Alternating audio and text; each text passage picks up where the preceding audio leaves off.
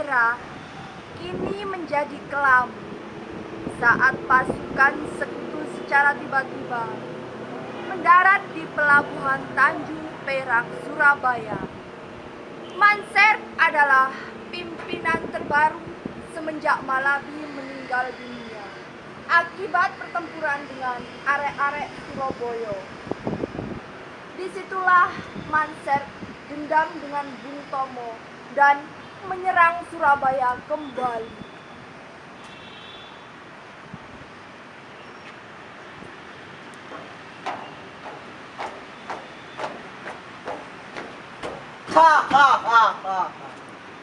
Aku telah datang di Surabaya.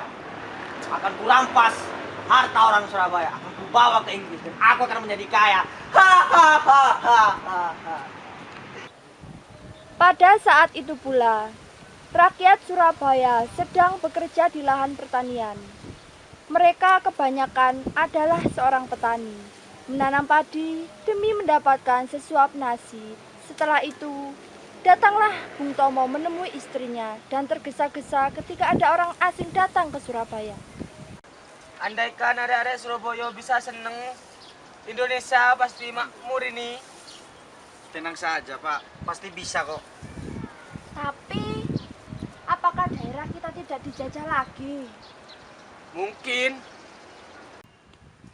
Bu, Ibu dan warga sekalian, sekarang kita harus berhati-hati karena sekutu dari penjajah dari Inggris sudah datang ke wilayah kita. Ya. Apa? Gimana ini? Untuk itu kita harus mengusir mereka. Tapi Pak, kita ini kan rakyat jelata. Bagaimana kita bisa mengusir orang asing? Tenang saja Bu, di sini rakyat Surabaya pasti bisa untuk mengusir penjajah. Benar-benar keterlaluan Sekutu. Memang tidak punya hati nurani. Baiklah, ayo kita ke sana. Sore hari menjelang malam. Bung Tomo sedang beristirahat di ruang tamu sambil mendengar berita dari radio. Keterlaluan. Ada apa, Pak? Ada apa? Ini Bu, sekutu sudah menduduki pangkal udara Tanjung Perak. Terus bagaimana ini? Bapak bagaimana? Harus mau kemana Bapak ini? Bapak tak kenalan dulu, mau mulai. Oh iya Pak, sebentar Pak. Saya ambilkan topi. Ini Pak topinya, hati-hati di jalan. Kamu jangan kemana-mana, tetap di rumah, hati-hati. Iya Pak. Setelah mengumpulkan arek-arek Surabaya dan merencanakan strategi di alun-alun untuk perlawanan di tengah malam nanti, Bung Tomo menyiapkan perlengkapan tempur di rumah Ketut Tantri. Ketut Tantri ialah wanita Amerika yang berjuang membantu rakyat Surabaya. Gimana tuh? Sudah siap? Perlengkapannya sudah siap. Sekarang waktunya kita mengumpulkan area-area Surabaya. Benar tuh. Oke. Perlawanan akan dimulai nanti pukul 11 malam. Oke, Bu.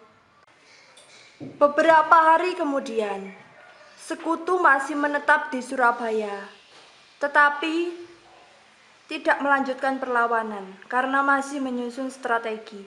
Kini Manser yang sangat dendam terhadap rakyat Surabaya, Manser pun datang ke rumah Bung Tomo dengan muka yang sangat kejam menakutkan. Ia mendobrak pintu rumah Bung Tomo dan istrinya. Cepat! Sabar, ada siapa di sana? Jangan basa-basi, buka pintu cepat. Ada apa Anda kesini? Mana Bung Tomo? Ada apa ini? Saya sangat kesal dengan rakyat Surabaya karena membunuh pemimpin kami, Malabi. Bisa saja bukan kami, bisa saja sekutu. Saya tidak mau pokoknya. Rakyat Surabaya harus kumpul paling lama jam 6, 10 November. Oke, siapa takut? Oke? Detik demi detik, hari demi hari, tak terasa kurang dari 2 minggu lagi pertempuran besar akan dimulai. Tantri, siapkan semua peralatan untuk perang dan kumpulkan anak-anak Surabaya.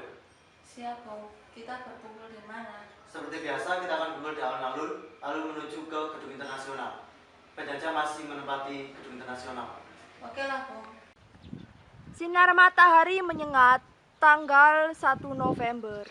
Ketika semua rakyat berkumpul dan merencanakan ulang strategi untuk perlawanan besar beberapa hari kemudian. Setelah Bung Tomo menyelesaikan masalah strategi dan semua rakyat kembali ke rumah masing-masing untuk menyiapkan peralatan mereka. Kita sebagai rakyat Surabaya harus mampu, harus bisa demi rakyat dan bangsa kita. Yo! Yo! Setelah ini kita harus dipersiapkan dengan baik strategi dan semuanya. Kita hanya diberi kasih waktu kurang lebih 2 minggu untuk perlawanan terakhir kita. Mulai tanggal 10 November pukul 6. Ayo rek, arek Surabaya, maju terus pantang mundur demi Tuhan dan membela bumi kelahiran kita. Benar!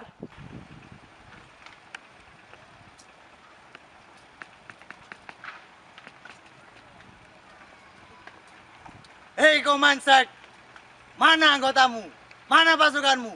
Ayo kita berperang. Tanpa pasukan, ayo tempur. Serang! Ayo.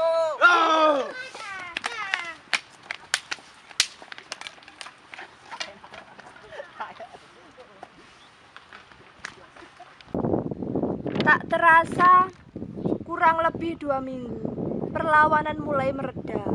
Walaupun banyak korban jatuh di mana-mana, akhirnya sekutu mulai meninggalkan Surabaya dan Bung Tomo pun berpidato. Arek-arek Surabaya, saya bangga atas tenaga, cucuran keringat, serta darah kalian. Demi membela kota Surabaya, membela tanah air kita. Semoga apa yang kalian perbuat demi bangsa dan negara dapat berguna bagi kita semua dan bisa memajukan, memerdekakan negara kita sendiri. Hidup Surabaya! Surabaya! Hidup Surabaya! Hidup Surabaya! Hidup Surabaya! Hidup Surabaya! Hidup Surabaya! Akhirnya, rakyat Surabaya kembali merasakan surga dunia terbebas dari kekuatan asing.